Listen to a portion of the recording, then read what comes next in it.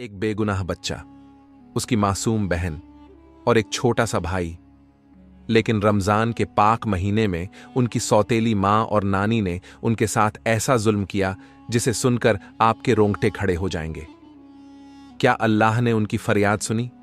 क्या उन जालिमों को उनके गुनाहों की सजा मिली? लेकिन वाकया में एक ऐसा मोड़ आया जिसने सबको हिलाकर रख दिया। आखिर क्या हुआ उस रात? कौन था वो बुजुर्ग फकीर जिसने बच्चों को अल्लाह की कुदरत का इशारा दिया? और कैसे आया अल्लाह का अजाब? जानने के लिए वीडियो को पूरा देखिए और उससे पहले हमारे चैनल को सब्सक्राइब कर दो। चलो शुरू करते हैं। रेगिस्तान की गर्म रेत पर हल्की हल्की हवाएं चल रही थीं। दूर दूर तक फैली वीरानियों के बीच बसी एक पुरानी बस्ती में इक्का दुक्का घर दिखाई देते थे। ये बस्ती ज्यादातर मेहनत मजदूरी करने वालों की थी, जहां लोग सख्त हालात में भी रोजी रोटी के लिए मशक्कत करते थे। इसी बस्ती के आखिरी कोने में एक टूटा फूटा घर था जो बाहर से देखने में ही उजड़ा हुआ लगता था। इस घर के अंदर रहने वाले थे 3 मासूम बच्चे और उनकी सौतेली माँ जुलैखा, जो अपने दिल में मोहब्बत के नाम पर नफरत का अंधेरा बसाए बैठी थी। उनके साथ रहती थी उसकी माँ उम्मे सादिया, जो उम्र में तो बड़ी थी मगर दिल और सोच इतनी सख्त कि किसी को भी कांपने पर मजबूर कर दे। इस घर में रहने वाले 3 मासूम बच्चे थे। अब्दुल्लाह 11 साल, वह घर का सबसे बड़ा बेटा था। अपने छोटे भाई बहन की हिफाजत के लिए हर तरह के जुल्म सहने को तैयार रहता था। उसकी आंखों में मासूमियत थी, लेकिन वक्त से पहले ही उसके अंदर बड़ों जैसी समझदारी आ गई थी। मरियम 9 साल, वह एक नन्ही सी जान थी जिसकी आंखों में हमेशा डर समाया रहता था। वह बहुत शरीफ और सादगी पसंद थी, मगर घर की जालिम सौतेली माँ और नानी की बेरहमी ने उसे खुशी के लम्हों से दूर कर दिया था। अम्मार 6 साल, सबसे छोटा, सबसे मासूम।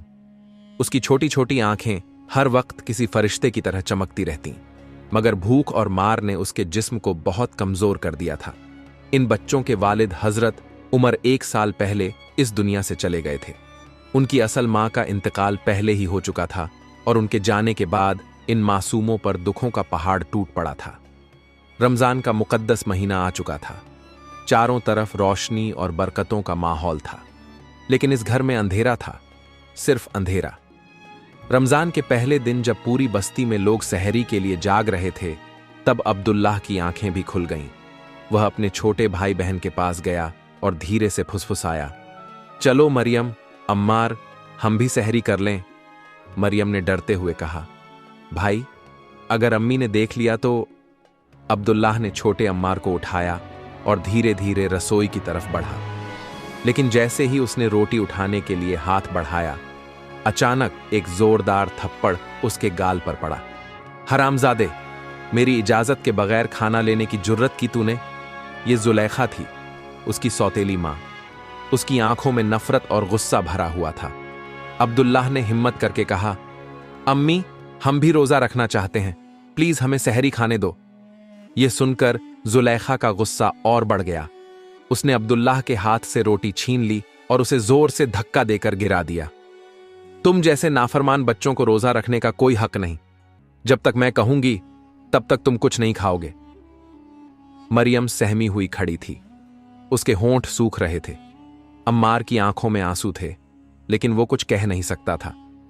उम्मे सादिया भी वहां आ गईं और उन्होंने जुलैखा से कहा, इनका नखरा मत बढ़ाओ, इन हराम की औलादों को कोई खाना वाना मत दो, भूखे रहेंगे तो औकात में रहेंगे। यह सुनकर अब्दुल्लाह का दिल टुकड़े टुकड़े हो गया, मगर उसने अपने छोटे भाई बहन के सामने खुद को मजबूत बनाए रखा। रमजान के तीसरे दिन भी वही हाल था। बच्चों को सहरी तो क्या, इफ्तार में भी कुछ नसीब नहीं हुआ।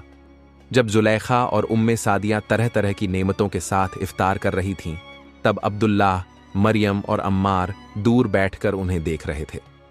अगर भूख लगी है तो ये लो। उम्मे सादिया ने जमीन से उठाकर एक सूखी रोटी उनके सामने फेंक दी। अब्दुल्लाह ने कांपते हाथों से वो रोटी उठाई और छोटे अम्मार को दी, मगर जब उसने खाने के लिए पहला निवाला मुंह में डाला तो उसकी आंखों में आंसू आ गए। रोटी इतनी सख्त थी कि उसके दांतों से भी नहीं टूट रही थी। भाई, मुझे बहुत जोर से भूख लग रही है, अम्मार ने अब्दुल्लाह का हाथ पकड़ लिया। अब्दुल्लाह की आंखों में दर्द उमड़ आया। उसने खुद कुछ भी न खाया और अपने हिस्से की सूखी रोटी भी मरियम और अम्मार को दे दी। रात के अंधेरे में जब पूरा शहर सुकून की नींद सो रहा था, अब्दुल्लाह ने नमाज पढ़ी और अल्लाह से फरियाद की, या अल्लाह, तू तो सबसे बड़ा है, सबसे ज्यादा मेहरबान है, हमारी मदद कर। मरियम और अम्मार उसके पास आकर लिपट गए। तीनों भूख से तड़प रहे थे, मगर कोई भी उनकी फरियाद सुनने वाला नहीं था। छठे रोजे की रात जब सूरज डूब रहा था तो आसमान पर अजीब से बादल घिरने लगे। रेगिस्तान की हवाएं अचानक तेज हो गईं। जुलेखा और उम्मे सादिया जब इफ्तार के लिए बैठीं तो उन्होंने जैसे ही खजूर उठाई, अजीब सी आवाजें सुनाई देने लगीं। उनकी चाय में छोटे छोटे काले कीड़े गिरने लगे। कबाब से अजीब सी बदबू उठने लगी। जुलेखा का हाथ कांपने लगा। अम्मी, ये क्या हो रहा है? अचानक तेज हवा ने दरवाजा जोर से खोला और पूरा घर हिलने लगा। उम्मे सादियां डर के मारे चीख उठी। अब्दुल्लाह, मरियम और अम्मार सहमे हुए थे, लेकिन उनकी आंखों में उम्मीद की एक नई किरण जाग रही थी। आसमान में बिजली कड़क रही थी। रेगिस्तान की रेत उड़ उड़कर हवाओं में फैल रही थी। क्या यह अल्लाह की तरफ से कोई निशानी थी? क्या इन मासूम बच्चों की आहें अब कबूल हो चुकी थीं? इफ्तार के वक्त उसके सामने तरह तरह की चीजें रखी थीं और बच्चे भूख से रो रहे थे। जैसे ही जुलेखा ने खजूर मुंह में रखी, उसे एक अजीब सा स्वाद महसूस हुआ। उसने झट से थूक दिया और देखा, खजूर काली हो चुकी थी, जैसे कोई जला हुआ कोयला। उम्मे सादिया ने शरबत पीना चाहा, लेकिन जैसे ही उसने गिलास उठाया, उसमें छोटे छोटे कीड़े तैर रहे थे। अल्लाहू अकबर! जुलेखा चीख उठी। उसका दिल जोर जोर से धड़कने लगा। उसने जल्दी से कबाब उठाया, मगर उसमें से इतनी तेज बदबू आ रही थी कि वो मुंह पर हाथ रखकर पीछे हट गई। उसी वक्त दरवाजे पर जोरदार धमाका हुआ। तेज हवा के झोंकों ने खिड़कियां और दरवाजे जोर जोर से बजाने शुरू कर दिए। पूरे घर में अंधेरा छा गया। जुलेखा और उम्मे सादियां घबरा गईं। अम्मी, ये सब क्या हो रहा है? जुलेखा ने कांपती आवाज में कहा। उम्मे सादिया भी अब परेशान हो गई थीं। उसने इधर उधर देखा, मगर सब कुछ अजीब सा लग रहा था। इसी बीच तीनों मासूम बच्चे, अब्दुल्लाह, मरियम और अम्मार, घर के एक कोने में सहमे हुए बैठे थे। अब्दुल्लाह ने आसमान की तरफ देखा और उसकी आंखों में उम्मीद के आंसू आ गए। या अल्लाह, तूने हमारी फरियाद सुन ली। मरियम और अम्मार ने अब्दुल्लाह का हाथ कसकर पकड़ लिया। उनकी मासूम आंखों में डर भी था और उम्मीद भी। उम्मे सादिया ने गुस्से में बच्चों की तरफ देखा। ये सब तुम लोगों की वजह से हो रहा है। अल्लाह तुम पर अजाब भेज रहा है। अब्दुल्लाह ने हिम्मत करके कहा, अगर अजाब आ रहा है तो जालिमों के लिए, मजलूमों के लिए नहीं। यह सुनकर जुलेखा आगब्बूला हो गई। उसने अब्दुल्लाह के बाल पकड़कर खींचे और जोरदार थप्पड़ मार दिया। तू हमें बद्दुआ देता है? तू हमारे खिलाफ अल्लाह से शिकायत करता है? मरियम और अम्मार ने अब्दुल्लाह को पकड़ने की कोशिश की, मगर उम्मे सादिया ने उन्हें पीछे धकेल दिया। आज इन हरामजादों को ऐसा सबक सिखाऊंगी कि ये जिंदगी भर याद रखेंगे। उम्मे सादिया ने जमीन से एक मोटा डंडा उठाया और अब्दुल्लाह की तरफ बढ़ी, मगर तभी एक जोरदार बिजली चमकी और इतनी तेज आवाज आई कि पूरा घर हिल गया। अल्लाहू अकबर! उम्मे सादिया चीख उठी और उसका हाथ कांप गया। जुलेखा भी डर के मारे पीछे हट गई। उसे अपने हाथ और पैर सुन्न होते महसूस होने लगे, और फिर एक ऐसा मंजर हुआ जिसे देखकर सबकी रूह कांप गई। घर की छत से धूल गिरने लगी, जैसे कोई बहुत बड़ा भूचाल आने वाला हो। जुलेखा का जिस्म कांप रहा था। उसकी आंखों के सामने अंधेरा छाने लगा। अचानक उसे अपने कानों में किसी की आवाज सुनाई दी, एक गहरी, डरावनी मगर बहुत तेज आवाज। जालिमों के लिए कोई पनाह नहीं। उसकी आंखें फटी की फटी रह गईं। उम्मे सादिया ने जोर से दरवाजा खोला और बाहर भागने की कोशिश की, मगर जैसे ही उसने पहला कदम बाहर रखा, हवा इतनी तेज चली कि वह जमीन पर गिर पड़ी। उसी वक्त एक पत्थर उसके सिर पर गिरा और वह चीख मारकर बेहोश हो गई। बस्ती के लोग अब तक इस अजीब से तूफान को देख चुके थे। चारों तरफ अफरा तफरी मच गई। लोग मस्जिद की तरफ दौड़ पड़े और अल्लाह से रहमत की दुआ करने लगे, या अल्लाह हम पर रहम कर। मगर अब्दुल्लाह, मरियम और अम्मार अब भी घर के अंदर थे। तूफान के तेज झोंकों से घर की खिड़कियां टूट चुकी थीं। अब्दुल्लाह ने अपने छोटे भाई बहन को कसकर पकड़ लिया। मरियम, अम्मार, घबराओ मत, अल्लाह हमारी हिफाजत करेगा। मगर अंदर का मंजर भी बदल चुका था। जुलेखा अब पूरी तरह पागल हो चुकी थी। वह अपने सिर को पकड़कर चिल्ला रही थी, नहीं नहीं, ये सब क्या हो रहा है। उसे ऐसा लगने लगा जैसे कोई उसके आसपास घूम रहा हो। मुझे माफ कर दो, मुझे माफ कर दो। वह हवा में हाथ जोड़कर गिड़गिड़ा रही थी, मगर वहां कोई नहीं था। उसे हर जगह अजीब अजीब साएं दिखने लगे। वह जोर से चीखी और जमीन पर गिर पड़ी। रात भर का तूफान अब थम चुका था। फज्र की अजान की सदा बुलंद हुई और मस्जिदों से तकबीर की आवाजें आने लगीं। बस्ती के लोग जब उस घर की तरफ गए तो वहां का मंजर देखकर दंग रह गए। उम्मे सादिया बेहोश पड़ी थी। जुलेखा का चेहरा डर से सफेद पड़ चुका था और तीनों मासूम बच्चे एक कोने में बैठे अल्लाह का शुक्र अदा कर रहे थे। बस्ती के लोग अब्दुल्लाह, मरियम और अम्मार को अपने साथ ले गए। उन्हें खाना खिलाया, पानी पिलाया और गले से लगाया। मगर जुलेखा, वह अब कुछ नहीं बोल सकती थी। उसकी आवाज बंद हो चुकी थी। उसकी आंखों में हमेशा के लिए अंधेरा छा गया था। उम्मे सादिया को जब होश आया तो उसने देखा कि उसकी आंखों की रोशनी जा चुकी थी। वह अब हमेशा के लिए अंधी हो चुकी थी। बस्ती के लोग जुलेखा के घर के बाहर जमा थे। अब्दुल्लाह, मरियम और अम्मार को गांव के नेकदिल लोगों ने अपने घर में जगह दी थी। उन्हें ताज़ा खाना दिया गया, उनके गंदे और फटे कपड़े बदलवाए गए। मगर तीनों बच्चे अब भी खौफ के साए में जी रहे थे। अब्दुल्लाह अब भी अपनी जगह खामोश बैठा था। उसकी आंखें रात के खौफनाक मंजर को सोचकर भर आ रही थीं। क्या अल्लाह ने हमारी फरियाद कबूल कर ली? मरियम ने अब्दुल्लाह का हाथ पकड़ लिया। उसकी छोटी सी मासूम आंखें अब भी डरी हुई थीं। भाई, अब हम क्या करेंगे? अब्दुल्लाह ने उसे अपने सीने से लगा लिया और कहा, अल्लाह हमारे साथ है मरियम, अब हमें डरने की कोई जरूरत नहीं। उधर जुलेखा और उम्मे सादिया का हाल किसी बुरे सपने से कम नहीं था। उम्मे सादिया हमेशा के लिए अंधी हो चुकी थी। जब उसे होश आया और उसने अपनी आंखें खोलीं तो उसे चारों तरफ सिर्फ अंधेरा नजर आया। मेरा अंधेरा क्यों नहीं हट रहा? वह चीखी, मगर कोई जवाब नहीं आया। उसके हाथ कांप रहे थे। वह इधर उधर अपने हाथ बढ़ाकर रास्ता टटोलने लगी, मगर कुछ नहीं दिख रहा था। जुलेखा पागलपन की हद तक पहुंच चुकी थी। वह एक कोने में बैठी अपने सिर को दोनों हाथों से पकड़कर जोर जोर से बड़बड़ा रही थी, मुझे माफ कर दो, मुझे माफ कर दो, अल्लाह मुझे माफ कर दे। मगर अब उसकी आवाज में ताकत नहीं थी। उसका जिस्म ठंडा पड़ चुका था। उसकी आंखें डर से चौड़ी हो गई थीं। गांव के लोगों ने जब यह मंजर देखा तो उनके दिलों में भी डर बैठ गया। अल्लाह की कुदरत से कोई नहीं बच सकता, गांव के बुजुर्ग बोले। गांव के सरपंच और कुछ बुजुर्ग लोग जमा हुए और उन्होंने आपस में मशविरा किया। इन मासूम बच्चों को अब यहां नहीं रहना चाहिए। इनकी किस्मत कहीं और लिखी गई है। एक बुजुर्ग हाजी साहब ने कहा, मैं इन्हें अपने साथ ले जाऊंगा। मेरे पास एक बड़ा घर है, बहुत सी जमीनें हैं। ये बच्चे मेरे अपने होंगे। अब्दुल्लाह ने सुना तो उसकी आंखों में आंसू आ गए। क्या यह सच है? क्या हमारी तकदीर वाकई बदल सकती है? हाजी साहब ने आगे बढ़कर अब्दुल्लाह के सिर पर हाथ रखा। बेटा, अल्लाह के हर फैसले में भलाई होती है। तुमने बहुत तकलीफें देखीं, अब वक्त है सुकून का। मरियम और अम्मार भी अब हिम्मत जुटाने लगे। गांव वालों ने फैसला कर लिया कि जुलेखा और उम्मे सादिया को उनके हाल पर छोड़ दिया जाए। उम्मे सादिया अब एक अंधे इंसान की तरह दीवारों को टटोलते हुए चीख रही थी, कोई मुझे बचाओ, कोई मुझे यहां से निकालो। मगर कोई उसकी मदद के लिए आगे नहीं आया।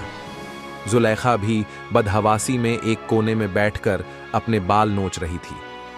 ये सब मेरी सजा है, ये सब मेरी सजा है। गांव के एक आदमी ने सरपंच से कहा, अब इनका क्या होगा? सरपंच ने लंबी सांस ली और बोले, अल्लाह के इंसाफ में देर हो सकती है, मगर अंधेर नहीं। इन्हें अब उनकी सजा मिल चुकी है। अब इन्हें अपने हाल पर छोड़ दो। गांव के कुछ नेक दिल लोगों ने अब्दुल्लाह, मरियम और अम्मार के लिए नए कपड़े और जूते खरीदे। उन्हें अच्छे से नहलाया और खिलाया पिलाया। हाजी साहब के घर जाते हुए अब्दुल्लाह ने एक आखिरी बार अपने पुराने घर की तरफ देखा। अल्लाह का इंसाफ कितना बड़ा होता है। मरियम और अम्मार ने भी अपने भाई का हाथ कसकर पकड़ लिया। अब उनका नया सफर शुरू हो चुका था। क्या अब्दुल्लाह, मरियम और अम्मार को एक अच्छी जिंदगी मिलेगी या फिर उनके लिए कोई और इम्तिहान बाकी है? सुबह का उजाला अब्दुल्लाह, मरियम और अम्मार के लिए नई उम्मीदें लेकर आया था। हाजी साहब ने उनके लिए एक गाड़ी का इंतजाम कर दिया था। बेटा, अब तुम्हें किसी चीज की कमी नहीं होगी, हाजी साहब ने अब्दुल्लाह के सिर पर हाथ फेरते हुए कहा। मरियम और अम्मार पहली बार खुद को महफूज महसूस कर रहे थे। हम अब हाजी चाचा के साथ रहेंगे? मरियम ने अब्दुल्लाह से पूछा। हाँ मरियम, अब हम जुल्म से दूर एक अच्छी जिंदगी जिएंगे, अब्दुल्लाह ने प्यार से कहा। गांव वाले भी अब खुश थे कि मासूम बच्चों को उनका हक मिल गया था, मगर इस सब के बावजूद अब्दुल्लाह के दिल में एक अजीब सा बोझ था। क्या हमारी तकदीर वाकई बदल गई है? क्या अब हमारी मुश्किलें खत्म हो गई हैं? हाजी साहब की गाड़ी रेगिस्तान के रास्तों से गुजर रही थी। सूरज धीरे धीरे ऊपर चढ़ रहा था, मगर अजीब बात यह थी कि मौसम कुछ अजीब सा लग रहा था। इतनी गर्मी के बावजूद भी ठंडी हवा क्यों चल रही है? हाजी साहब ने खुद से कहा। अब्दुल्लाह ने भी महसूस किया कि आसमान में हल्के हल्के बादल बनने लगे थे। ये कोई अल्लाह की निशानी है, अब्दुल्लाह ने सोचा। तभी गाड़ी के पास से एक बुजुर्ग फकीर गुजरा। वह सफेद लिबास में था और उसकी आंखें बहुत गहरी थीं। बच्चों, याद रखना, दुनिया में हर चीज का हिसाब होता है। कभी यह मत सोचना कि तुम्हारा इम्तिहान खत्म हो गया है। इतना कहकर वह अचानक गायब हो गया। मरियम ने अब्दुल्लाह का हाथ कसकर पकड़ लिया। भाई, ये कौन थे? अल्लाह ही बेहतर जानता है। अब्दुल्लाह ने गहरी सांस ली। गाड़ी एक बड़े खूबसूरत घर के सामने रुकी। यह हाजी साहब का घर था। एक बड़ा बाग, एक साफ सुथरा आंगन और हर तरफ हरियाली।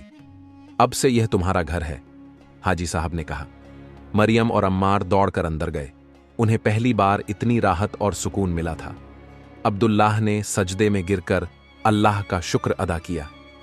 या अल्लाह, तूने हमें जुल्म से बचाया, तेरी रहमत का शुक्रिया। सब कुछ सही चल रहा था, लेकिन अचानक एक दिन अजीब घटनाएं शुरू होने लगीं। रात के वक्त घर के दरवाजे पर अजीब दस्तकें होने लगीं। मरियम को सपनों में कोई डरावनी शक्ल दिखने लगी। अम्मार को ऐसा लगने लगा जैसे कोई उसे पुकार रहा हो। और सबसे अजीब बात, अब्दुल्लाह जब भी कुरान पढ़ने बैठता तो हवाएं तेज हो जाती। हाजी साहब के घर में सब कुछ ठीक चल रहा था, लेकिन पिछले कुछ दिनों से अजीब घटनाएं होने लगी थीं। रात के वक्त दरवाजे पर अजीब दस्तकें सुनाई देतीं, लेकिन जब कोई जाकर देखता तो वहां कोई नहीं होता। मरियम सोते हुए अचानक डरकर उठ जाती और रोने लगती। भाई, मुझे फिर वही डरावनी औरत दिखी। अम्मार भी डर के मारे अब अकेला नहीं सोता था। उसे हमेशा ऐसा लगता कि कोई उसे नाम लेकर पुकार रहा है। अब्दुल्लाह को महसूस हो रहा था कि कुछ सही नहीं है। उसने हाजी साहब को बताया तो उन्होंने फौरन एक नेक आलिम को बुलाया। आलिम साहब आए और उन्होंने सबसे पहले पूरे घर में सूरह बकरा की तिलावत की। जैसे ही उन्होंने आयतुल कुर्सी पढ़नी शुरू की, एक जोरदार हवा चली और घर का दरवाजा जोर से धड़ाम से बंद हो गया। मरियम और अम्मार डरकर अब्दुल्लाह से चिपक गए। आलिम साहब ने पढ़ना जारी रखा और फिर एक बड़ा राज खुला। यह सब तुम्हारे पुराने घर से जुड़ा है। वहां जो जुल्म हुआ था, उसकी बद्दुआ इस घर तक पहुंच रही है। अब्दुल्लाह का दिल तेजी से धड़कने लगा। क्या जुलेखा और उम्मे सादिया अब भी हमें तकलीफ देना चाहती हैं? उसी रात गांव से एक खबर आई। जुलेखा की हालत बहुत बिगड़ चुकी थी। वह अब पूरी तरह पागल हो चुकी थी। वह अपना सिर दीवारों से मारती थी और चीखती थी, मुझे माफ कर दो, मुझे माफ कर दो। गांव के लोगों ने बताया कि उम्मे सादिया भी अब इस दुनिया में नहीं रही। उसकी अंधी आंखों ने अब हमेशा के लिए सब कुछ खो दिया था। जब यह खबर अब्दुल्लाह, मरियम और अम्मार तक पहुंची तो उन्होंने अल्लाह का शुक्र अदा किया। अल्लाह का इंसाफ कितना बड़ा होता है। आलिम साहब ने हाजी साहब के घर में 3 दिन तक कुरान की तिलावत करवाई। सूरह बकरा, आयतुल कुर्सी और सूरह फलाक नास पढ़ी गई। धीरे धीरे घर का माहौल बदलने लगा। अब रात को कोई दस्तक नहीं होती थी। मरियम अब हंसने लगी थी। अम्मार भी फिर से खेलने लगा था। अब्दुल्लाह ने एक दिन हाजी साहब से कहा, चाचा, अब मैं अल्लाह के रास्ते पर चलना चाहता हूं, मैं कुरान हिफ्ज करना चाहता हूं। हाजी साहब की आंखों में खुशी के आंसू आ गए। बेटा, यह सबसे बड़ी नेमत है। अल्लाह तुम्हें हमेशा अपने हिफ्ज़ो अमान में रखे। इस कहानी से हमें क्या सीख मिलती है? 1. जुल्म कभी भी जिंदा नहीं रहता। 2. मजलूम की दुआ कभी खाली नहीं जाती। 3. अल्लाह हमेशा अपने नेक बंदों की हिफाजत करता है। 4. हर गलतब काम का हिसाब होता है। आज अब्दुल्लाह, मरियम और अम्मार एक खुशहाल जिंदगी जी रहे हैं। उन्हें अल्लाह ने जुल्म से बचाया और उनकी तकदीर बदल दी। या अल्लाह, हम पर रहम कर, हमें जालिमों से बचा, हमारी मुश्किलें आसान कर, हमारे घरों में बरकत दे और हमें हमेशा सीधा रास्ता दिखा। आमीन।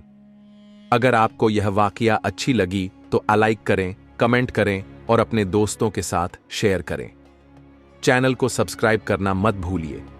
इससे हमें और भी बेहतरीन इस्लामिक वाकया लाने की ताकत मिलेगी।